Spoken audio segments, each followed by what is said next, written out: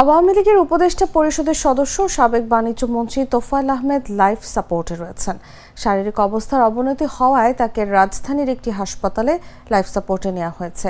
রোববার রাতে তোফায়েল আহমেদের এক আত্মীয় এই তথ্য নিশ্চিত করেছেন। দীর্ঘদিন ধরেই অসুস্থ তোফায়েল আহমেদ সম্প্রতি জ্বর হয়েছিল। শরীর অনেক দুর্বল হয়ে গেছে। অবস্থার অবনতি হলে তাকে দ্রুত হাসপাতালে নেওয়া হয়। পরে চিকিৎসকদের পরামর্শে তাকে লাইফ সাপোর্টে রাখা হয়েছে।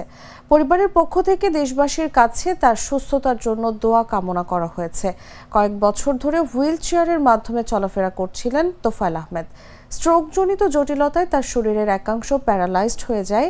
পাশাপাশি স্মৃতিভ্রষ্টতা সহ নানা শারীরিক জটিলতায় ভুগছিলেন তিনি। তোফায়েল আহমেদ টানা 9 বার জাতীয় সংসদের সদস্য নির্বাচিত হন। সর্বশেষ তিনি ভোলা 1 আসন থেকে সংসদ সদস্য ছিলেন। দীর্ঘ রাজনৈতিক জীবনে আওয়ামী লীগের সভাপতি মণ্ডলীর সদস্য হিসেবেও দায়িত্ব পালন করেছেন তিনি।